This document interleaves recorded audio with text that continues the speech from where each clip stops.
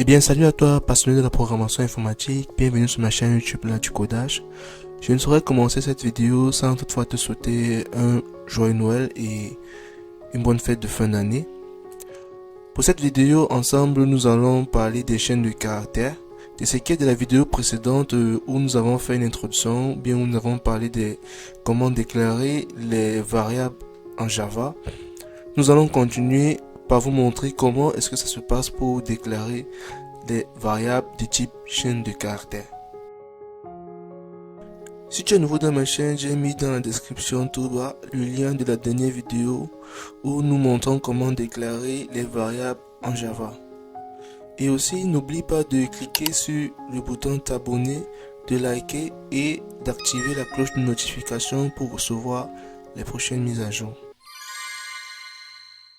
Afin de manipuler les chaînes de caractères, nous allons utiliser la classe string, notamment S et en majuscule, que nous déclarons une variable et nous attribuons la chaîne de caractères bonjour, notamment fini par un point virgule. D'accord? Donc affichons notre variable au niveau de notre terminal.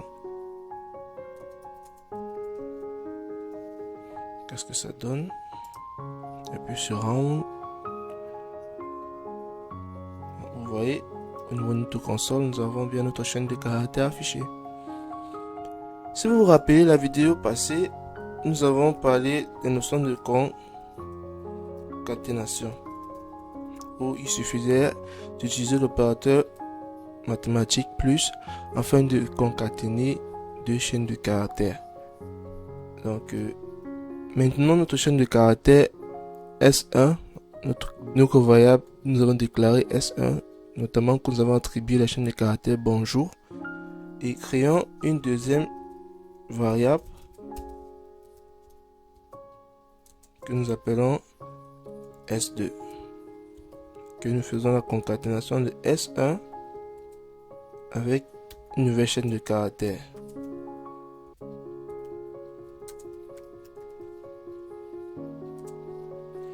Point d'exclamation, notamment point virgule. Affichons cela, je copie là et je colle.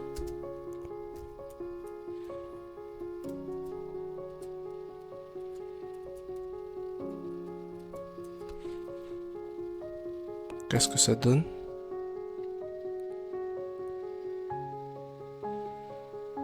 Donc nous voyons bien notre premier chaîne de caractères, notre premier variable S1 et le deuxième S2 où nous allons faire la concaténation de S1 bonjour avec le monde.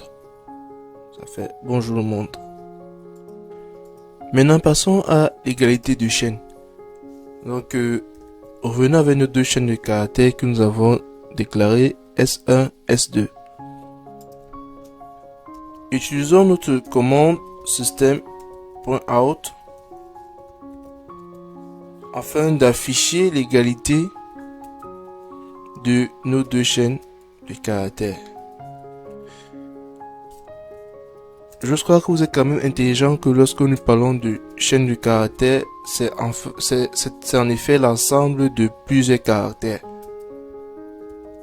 Donc B c'est un caractère, O c'est un caractère, N c'est un caractère, J c'est un caractère, O et ainsi de suite.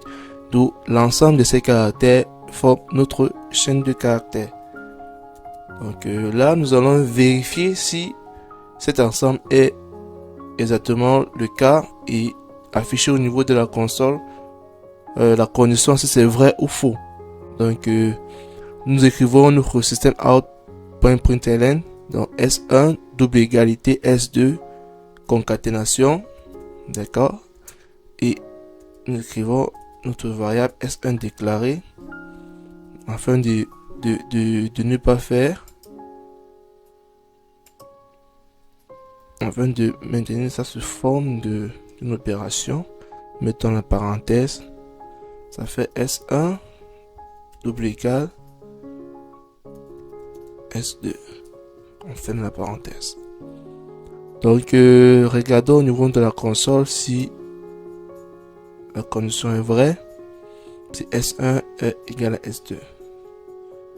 Donc nous voyons la console, ça nous met S1 double égal S2 vrai. Donc true. Vrai. D'accord? Maintenant, essayons de créer un nouvel objet. Donc notamment de se forme chaîne de caractères que nous allons appeler S3. Donc que nous créons un nouvel objet de la classe string que nous donnons toujours la même chaîne de caractères bonjour. Maintenant, qu'est-ce que ça donne lorsque faisons le test et là nous remplaçons S2 par S3? Nous allons voir ce qui se passe. Donc lançons la compilation.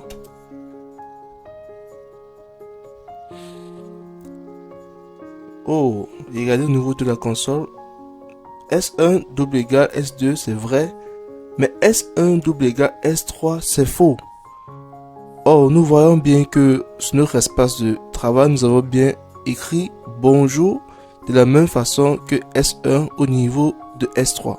Donc la mémoire en fait est différente. Si il faut expliquer en termes de mémoire, S1 et S2, nous avons stocké ces chaînes de caractères dans une même mémoire, d'où le double égal considère que c'est identique. Sachant que nous avons créé un nouveau objet S3 qui n'est plus dans la mémoire de S1 et S2, là nous voyons que S1 double égal S3 n'est pas la même chose.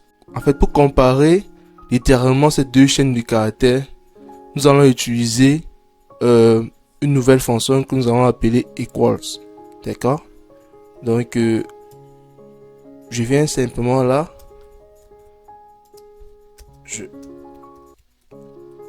donc disons là fonction equals. D'accord? Donc si j'appuie CTRL et je mets ma main sur equals, vous allez voir ça ouvre notre fonction equals. Donc voici sa description, donc ce qui se passe au fond. Donc nous allons voir prochainement. Pour le moment, contentez-vous de son utilité. Donc vous voyez là maintenant S1 S2 c'est égal dans la même chose, S1 S3 même chose. Bon, voici une fonction similaire à notre fonction qui est la fonction equals ignore case. D'accord? Donc revenons avec notre chaîne de caractères, nos variables S1 et S2. Créons deux variables S1 S2 de type string, d'accord, que nous attribuons de nouveaux objets de la classe string bonjour, notamment B majuscule et bonjour B minuscule. Bon, afin de montrer le fonctionnement de notre fonction equals ignore la case, déjà maintenant CTRL sur notre clavier et cliquons sur la fonction. Donc nous voyons en background le code qui a été fait, qui a été écrit afin d'exécuter cette fonction. Bon, plus tard nous allons parler. Donc lançons notre compilation. Là nous voyons au niveau de notre console le premier cas avec la fonction equals qui est faux et le deuxième cas avec la fonction equals ignore la case qui est vrai. Donc en effet, au niveau de nos deux chaînes de caractères, le caractère B majuscule est différent du caractère B minuscule. Donc avec la fonction equals, ça considère ça comme deux chaînes de caractères différents. Or avec la fonction ignore equals à la case, ça suppose que B majuscule est égal à B minuscule. Extraction des caractères. Déclarons notre variable S de type string que nous attribuons à la chaîne de caractères bonjour. Afin d'extraire le premier caractère de notre chaîne de caractères, déclarons une variable premier de type char que par la suite nous allons faire s.char indice 0. 0 parce que si nous voyons bien notre chaîne de caractères, B est à la première position qui est à l'indice 0. Si nous voulons récupérer le dernier caractère, nous faisons dans la même chose. Donc je fais simplement un copier-coller. Là je l'appelle dernier. Que par la suite je change l'index. Donc bonjour, il est constitué de 7 caractères. Sachant que B est à l'indice 0, le 7e caractère qui est R est à l'indice 7-1 qui est 6. Affichons le premier et le dernier caractère. Qu'est-ce que nous avons? Là j'appuie sur le bouton ROM. Vous voyez bien B au niveau de la console et R. Donc nous avons extrait le premier et le dernier caractère.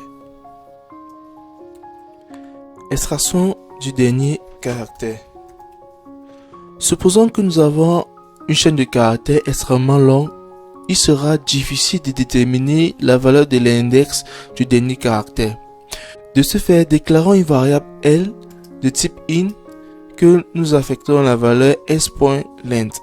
Length est cette nouvelle fonction que vous apprenez aujourd'hui. Donc si nous faisons CTRL, nous cliquons dessus, nous voyons le code qui s'exécute en background lorsque nous appelons la fonction length. Donc length nous retourne la longueur de notre string, dont notre string étant s, qui est notre chaîne de caractères bonjour.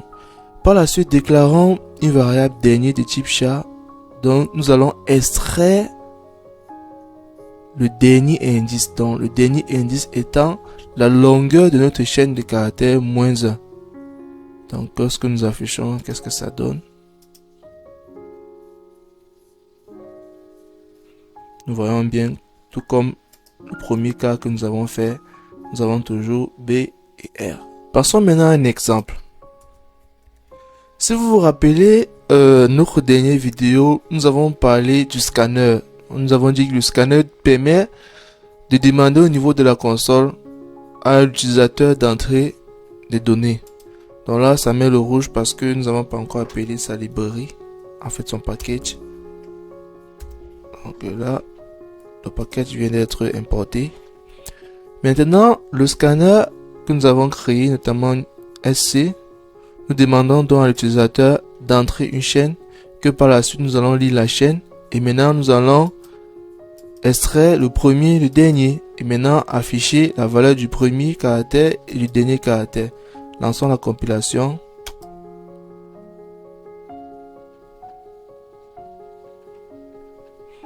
Donc, appelons, écrivons là hello. Entrée. Donc, nous voyons bien premier caractère H, dernier caractère O. Reprenons.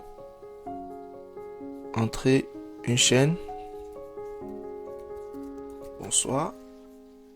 Entrée. Premier caractère B, dernier caractère R. Si nous voulons afficher, extraire le caractère se trouvant au milieu de notre chaîne de caractères, comment faire? En fait, c'est pas difficile. Alors, je fais seulement copier. Je colle. J'appelle. Je déclare notre caractère 1000. Donc, pour déterminer le milieu, il suffit de faire notre s.length divisé par 2. Donc, premier, concaténation, virgule. Je fais encore une concaténation. J'appelle ça milieu. Concaténation. D'accord. Donc, lançons encore voir.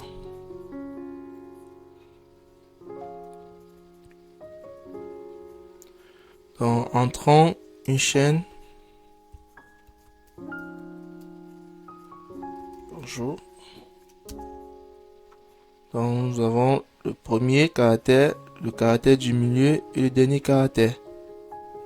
Concernant la manipulation des chaînes de caractères, il existe plusieurs fonctions pouvant être utilisées que nous ne pouvons pas tout parler sur ce tutoriel. Mais j'ose croire que les peu de fonctions que nous venons de parler vous ont été d'une grande aide, vous ont permis de voir concrètement comment déclarer une chaîne de caractères et comment faire quelques manipulations comme par exemple l'égalité, comme par exemple extraire des des caractères ou bien déterminer la longueur de notre chaîne de caractères. De ce qui est de la prochaine vidéo, nous allons attaquer les fonctions mathématiques. Merci infiniment d'avoir regardé ce tutoriel. Ensemble, nous allons découvrir ce vaste monde fascinant qu'est la programmation informatique. Reste connecté et surtout, continue à coder.